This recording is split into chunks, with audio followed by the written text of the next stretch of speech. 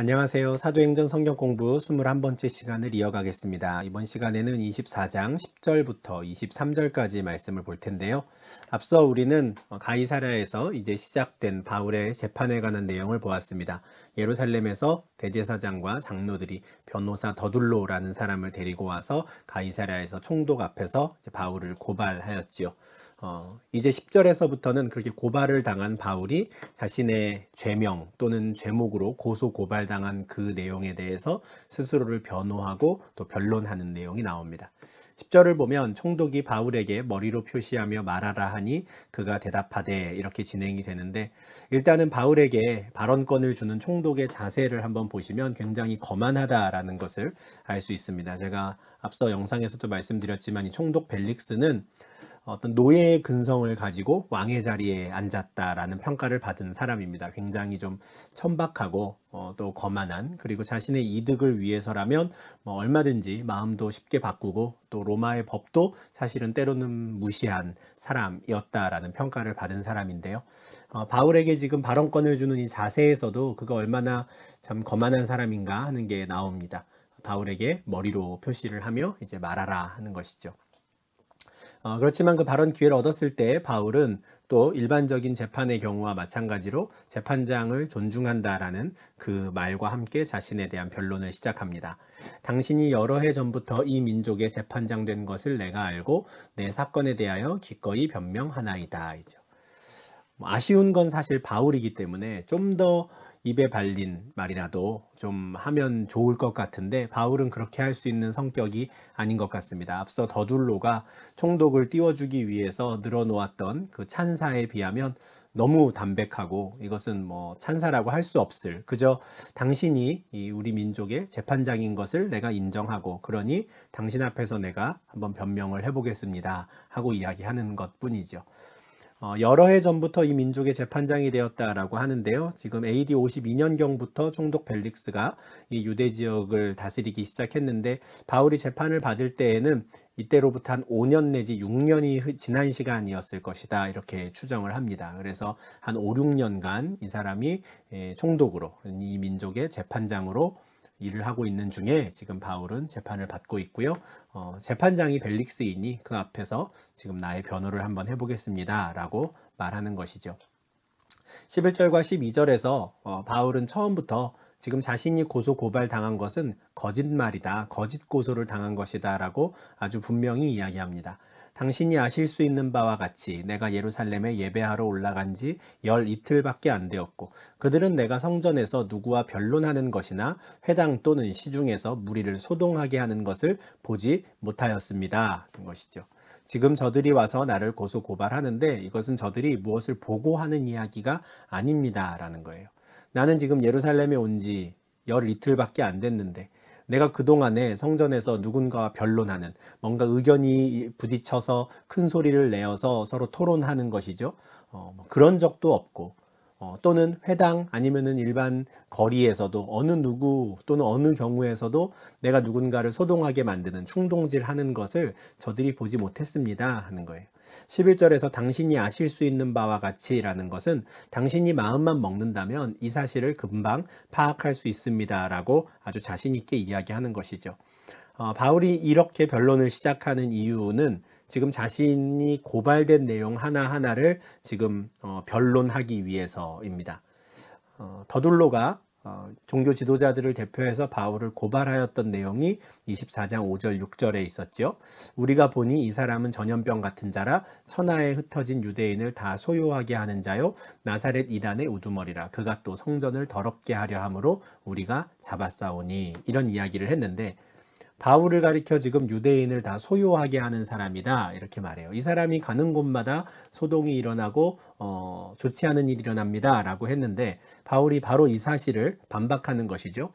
내가 예루살렘에 온 지 열 이틀 되었는데 그동안 내가 어딘가에서 소동을 일으켰거나 심지어 누군가와 아주 뜨겁게 격렬하게 토론을 하는 것 또한 나는 그런 일을 하지 않았다라는 것이죠.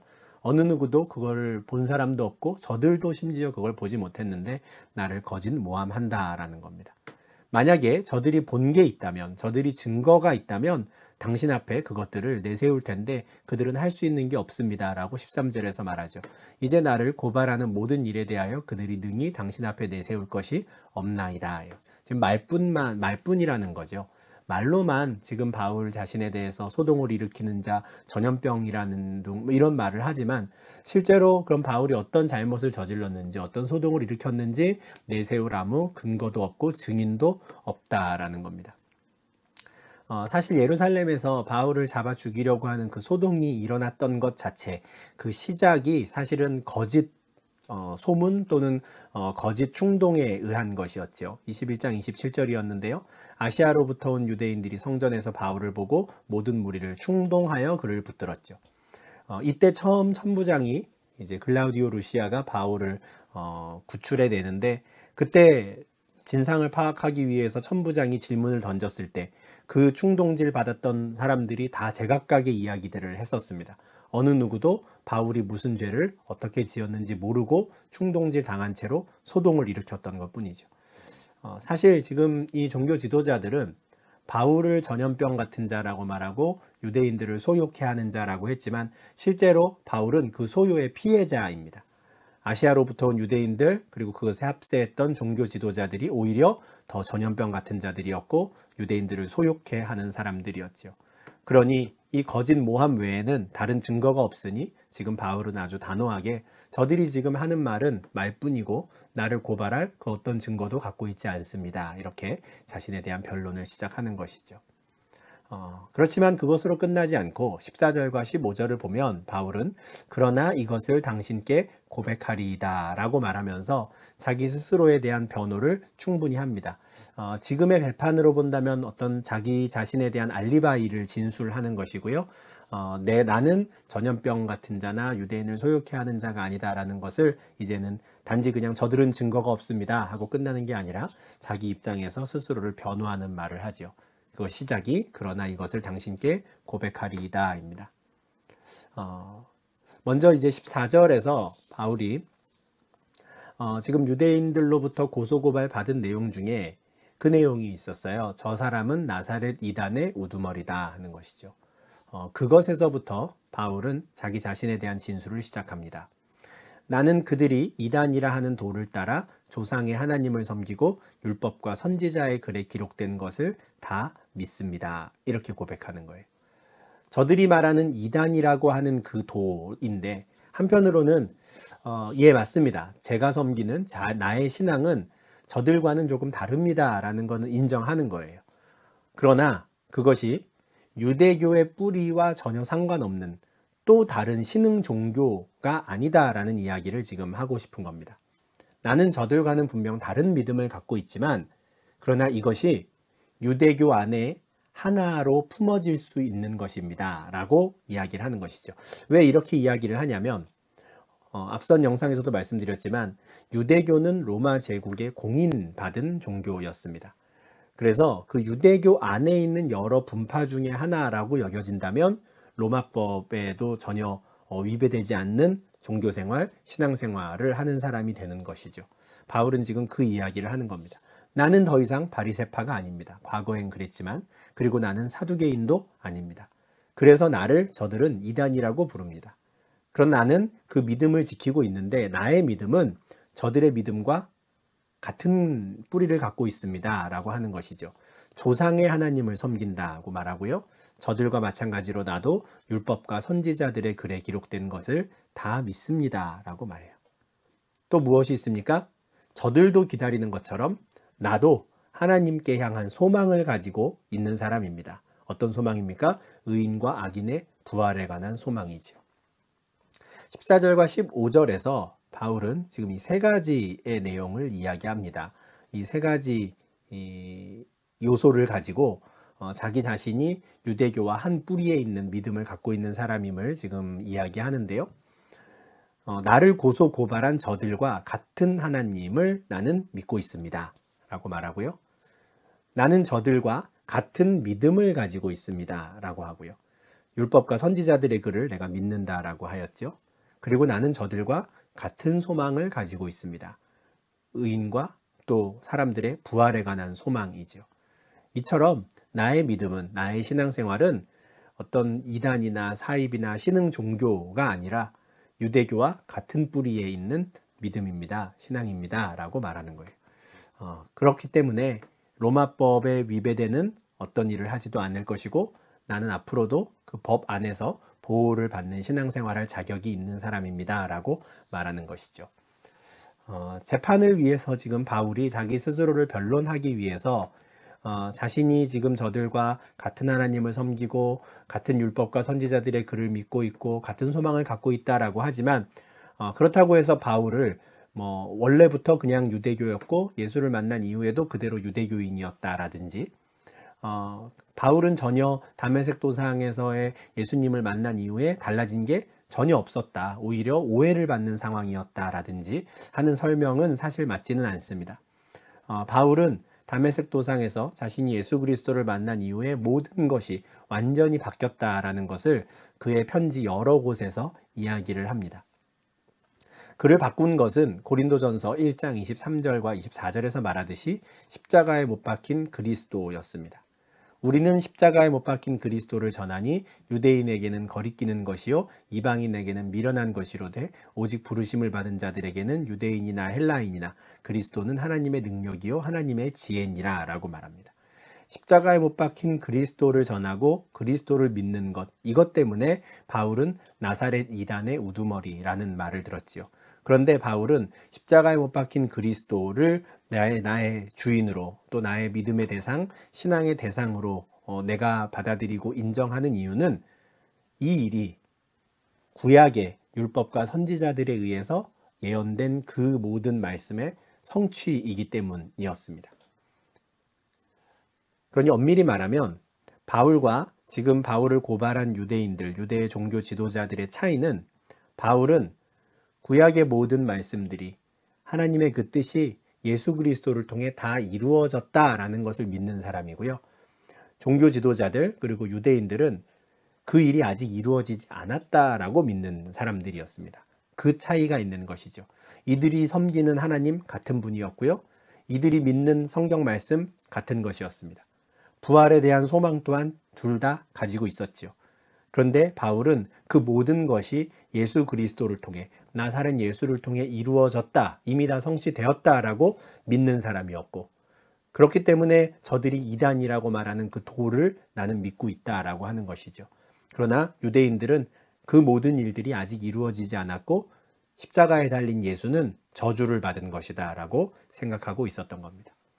이것이 이 두 그룹, 바울과 유대인들, 종교 지도자들에게는 큰 차이일지 모르지만 사실은 로마법 안에서 본다면 이것은 유대교 안의 여러 관점 중에 하나로 여겨질 수 있는 것이죠. 바울이 지금 자기 자신을 변론하면서 이야기하고자 했던 부분은 바로 이런 부분인 것입니다. 그래서 그는 16절에서 이것으로 말미암아 나도 하나님과 사람에 대하여 항상 양심에 거리낌이 없기를 힘쓰나이다 라고 변론을 합니다. 내가 지금 하는 말, 그리고 내가 정말 하나님을 섬기고 율법과 선지자의 글을 믿고 한다는 것은 정말 나의 진심입니다.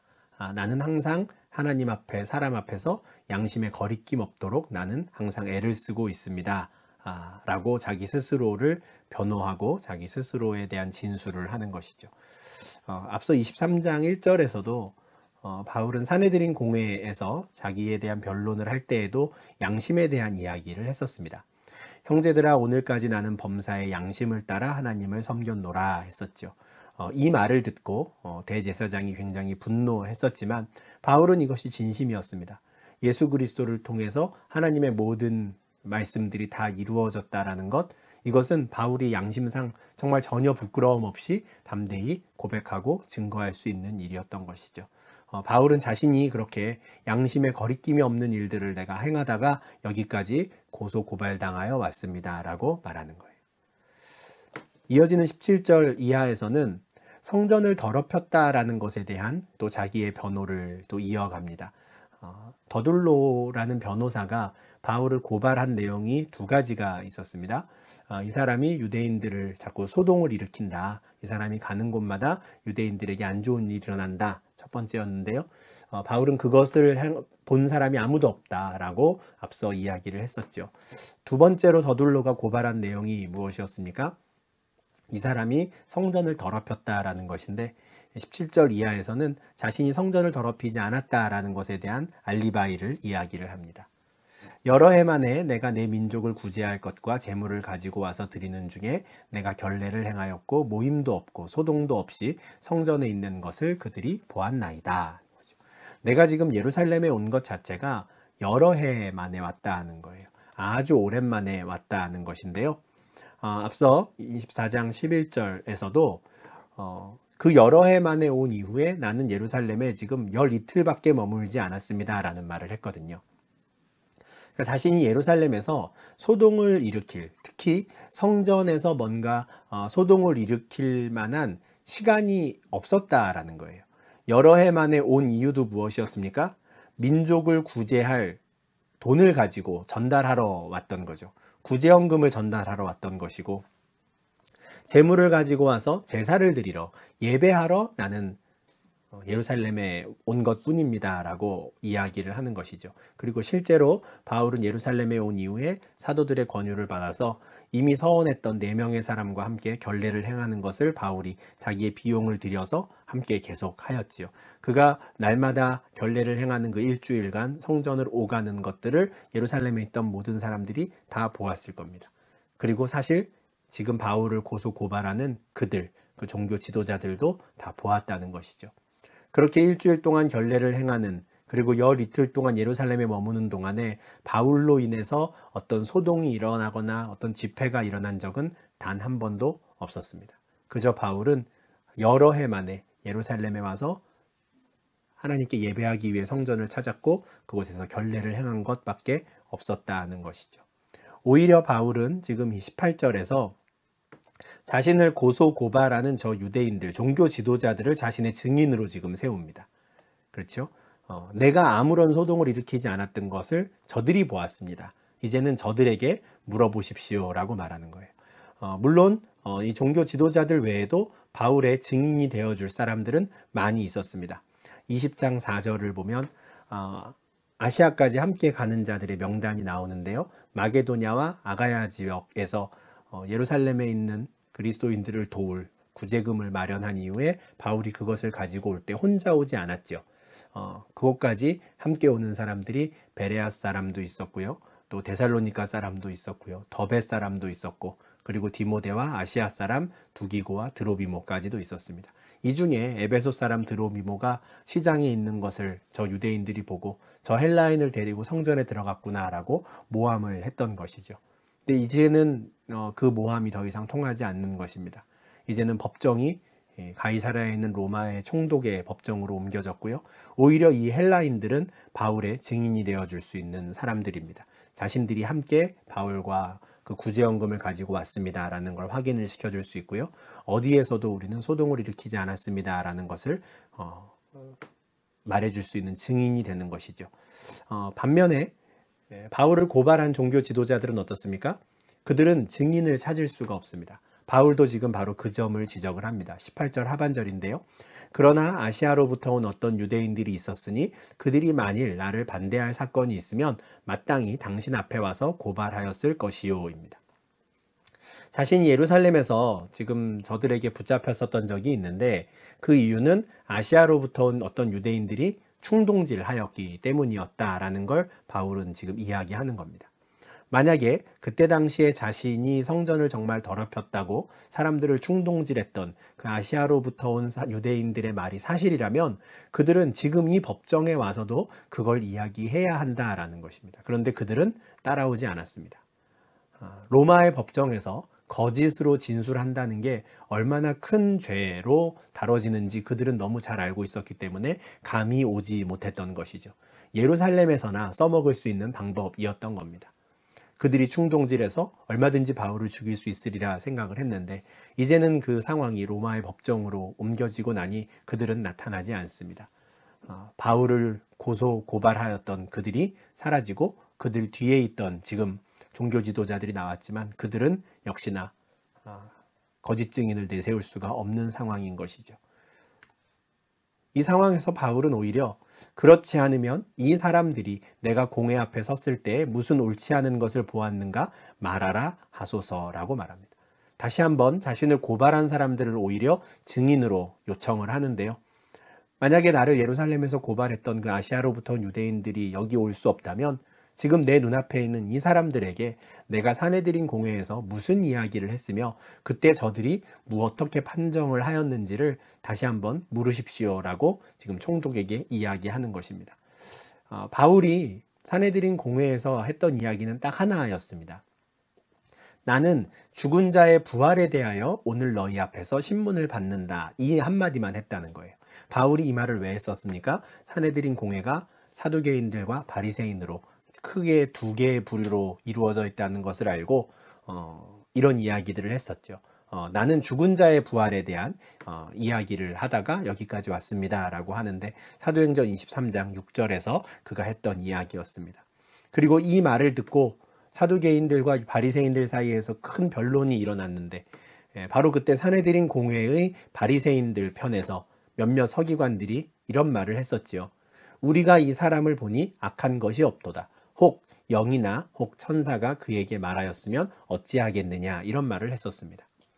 지금 바울은 총독에게 나를 고발한 저들에게 너희들의 사내들인 공회에서는 대체 이 사건을 어떻게 결론 내렸느냐를 질문해보라 라고 요청을 하는 겁니다. 그러면 종교 지도자들은 무엇이라고 말할 수밖에 없습니까? 우리 중에 바리새인들은 악한 것이 없다고 말했습니다 라고 할 수밖에 없는 것이죠.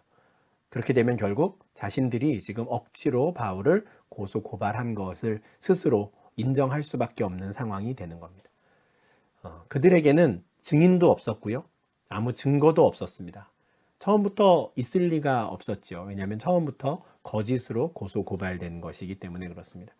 반면에 바울은 단 한 번도 거짓으로 이야기한 적이 없습니다. 언제나 진실한 이야기들을 하였고요. 그 내용들을 하나하나 아주 논리적으로 스스로를 변호하며 총독의 법정에서 이야기를 한 것입니다. 이제는 양쪽의 이야기를 다 들었으니까요. 이제 총독 벨릭스가 판결을 내려야 합니다. 그런데 이어지는 22절을 보면 굉장히 뜻밖의 말씀이 나옵니다. 벨릭스가 이 도에 관한 것을 더 자세히 아는 고로 재판 결과 선고를 연기했다라고 말합니다. 벨릭스가 이 도, 그러니까 바울이 말하는 그 나사렛 예수를 쫓는 그 도를 어떻게 더 자세히 알았을까?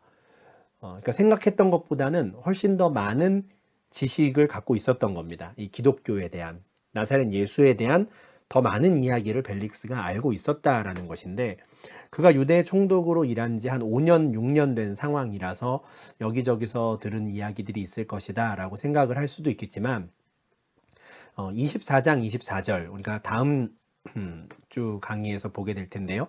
거기를 보면 이 벨릭스가 유대 여자와 혼인한 사람이었습니다. 그래서 아마도 그 유대 여인을 통해서 벨릭스가 나사렛 예수에 대한 소식을 더 좀 알게 된 건 아닌가 하는 생각을 하게 되는데 굉장히 의외의 상황이죠. 그런데 벨릭스가 이 도에 대해 잘 알고 있기 때문에 재판을 연기합니다.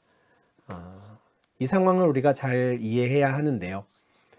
사실 벨릭스 입장에서는 그냥 정치적인 입장으로만 생각하고 판단한다면 종교 지도자들의 손을 들어주어야 하는 게 맞습니다.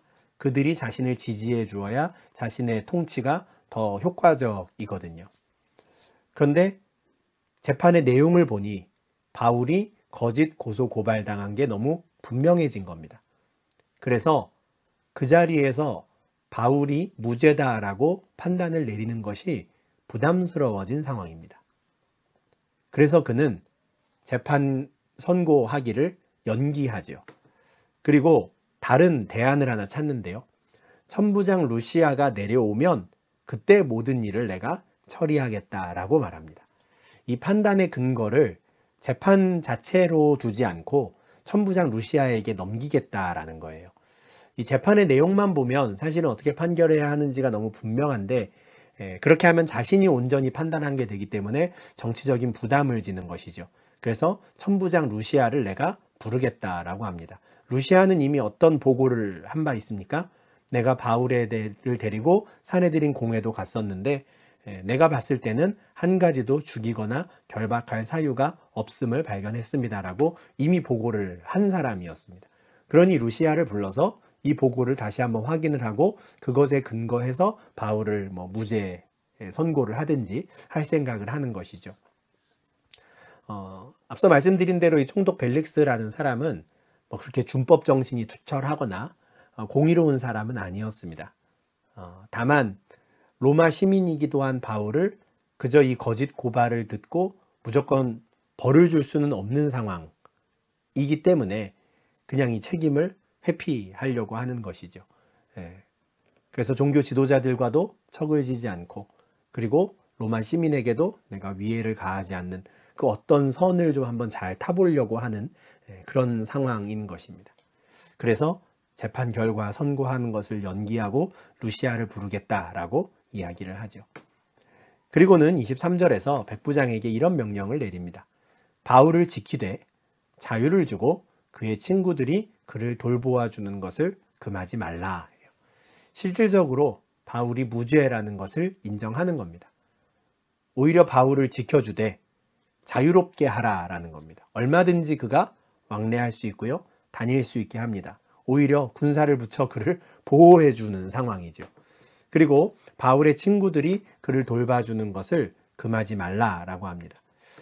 바울의 친구들은 누구를 이야기할까요? 가이사랴에는 원래 바울과 함께 신앙생활하던 주의 제자들이 많이 있었죠. 우리가 21장 8절에서도 보았지만 바울이 예루살렘으로 오는 그 여정 중에도 가이사랴에 들렀을 때 누구의 집에 머물렀습니까? 7집사 중 하나인 전도자 빌립의 집에서 함께 머무르며 교제하였었지요. 이들이 가이사랴에 온 바울을 도왔을 겁니다. 또 누가 있었습니까? 바울과 함께 이 전도 여행을 하고 이 가이사랴까지 온 누가를 포함한 우리라고 불리는 전도 여행 팀이 있었을 것이고요. 또 전도자 빌립 외에도 가이사랴에 살고 있던 그곳 사람들이 있었습니다.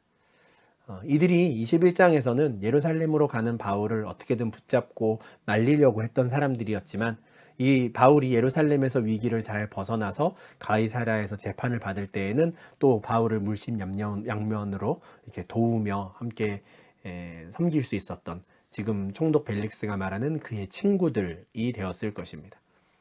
그래서 실질적으로는 바울은 이미 무죄인 것을 확정을 받았는데, 그러나 정치적인 부담을 느낀 총독 벨릭스가 무죄 선고를 하지는 못하고요, 그저 계속 그냥 붙잡아 두는 것으로, 다만 그 가운데에도 자유는 보장하는 참 이도저도 아닌 상태로 그냥 가이사랴에 머물게 되지요. 언제까지 이렇게 하는가, 우리가 다음 영상에서 볼 말씀인데 27절을 보면요, 무려 2년 동안이나 이렇게 합니다. 2년 뒤에 이제 유대 총독이 새로 바뀌게 되는데, 그때까지도 벨릭스는 특별한 일을 하지 않고요, 그냥 그대로 이 사건을 뭉개버립니다. 참 이렇게 뭐랄까요, 공의롭지 못한 재판의 결과구나라는 생각을 하게 되지만, 또 아이러니하게도 오히려 이런 결과로 인해서 바울은 백부장을 비롯한 로마 군인들의 보호를 받으며 자유롭게 가이사랴에서 활동을 할 수 있는, 2년 동안이나 안전하게 활동할 수 있는 또 상황이 마련이 됩니다. 오히려 재판이 일찍 끝나서 그가 자유의 몸이 되어서 어디든 흩어지게 되든지, 혹시 예루살렘으로 보내지게 되든지 이러면 또 다시 한번 바울을 죽이려고 하는 암살단들이 이제 활동을 할 텐데, 2년 동안은 그는 가이사랴 근방에 머무르며 군인들의 보호 아래 자유로운 활동을 할 수 있었던 것이죠. 분명히 그곳에서 가이사랴에 있는 성도들과 많은 교제를 하고 또 하나님 말씀을 나누고 했을 텐데, 오히려 이 총독 벨릭스의 이 우유부단한 모습, 그리고 계속해서 악한 자들과 정치적으로 타협하는 이런 모습 속에서 오히려 또 하나님께서 선한 열매들을 만들어내시는 또 이런 신비로운 하나님의 사역을 또 우리가 보게 됩니다. 재판에서 자기 자신을 변호하는 바울을 보며 어떤 생각이 드셨는지 모르겠습니다. 참 똑똑한 사람이구나 하는 생각을 하셨을 수도 있고, 또 억울한 상황에서도 흥분하지 않고 꼭 해야 될 말들을 차분히 잘 해서 스스로를 변론을 잘 했구나 라고 생각할 수도 있는데, 예수님께서 너희들이 붙잡혀 가면 두려워하지 말라라고 말씀하신 적이 있었죠. 언제든지 무슨 말을 어떻게 해야 하는지 성령께서 알게 하시겠다라고 말씀하셨는데 바울에게 그런 성령의 지혜가 있었던 것이 아닌가 싶습니다. 그래서 참 위기 상황에서도 바울이 또 성령께서 하게 하시는 그 말들을 통해서 스스로를 잘 변호하고 결국은 그 주님께서 바울을 로마까지 안전하게 보내셔야 하기 때문에 그 모든 상황들을 주관하시며 지금 지키고 보호하고 계시는 것들을 우리가 또 보게 됩니다. 우리가 한 주간 한 주간 또 하루하루 살아가는 이 모든 순간 속에서 정말 하나님이 주시는 그 지혜로 우리도 또 살아갈 수 있기를 바라고 언제든 담대히 또 하나님 나라 백성임을 우리가 자랑스럽게 여기고 증거하는 삶으로 또 우리도 바울과 같이 그렇게 살아갈 수 있으면 좋겠습니다. 그래서 때로는 부당한 또 세상의 대우를 받을 때에도 우리가 용기를 잃지 않고 또 오히려 그 가운데에서 우리의 모든 일들을 선하게 인도하시고 이끌어 가시는 주님의 그 인도하심을 또 다시 한번 기대하고 그렇게 나아가는 성도님들 되시기를 바랍니다. 이렇게 해서 우리 21번째 사도행전 성경 공부를 마치고요. 이제 벨릭스 이후에 새로운 총독이 오는 총독 베스도의 시대 때는 또 어떤 상황들이 벌어지는지 또 우리가 다음 주 성경 공부를 통해서 확인하도록 하겠습니다. 감사합니다.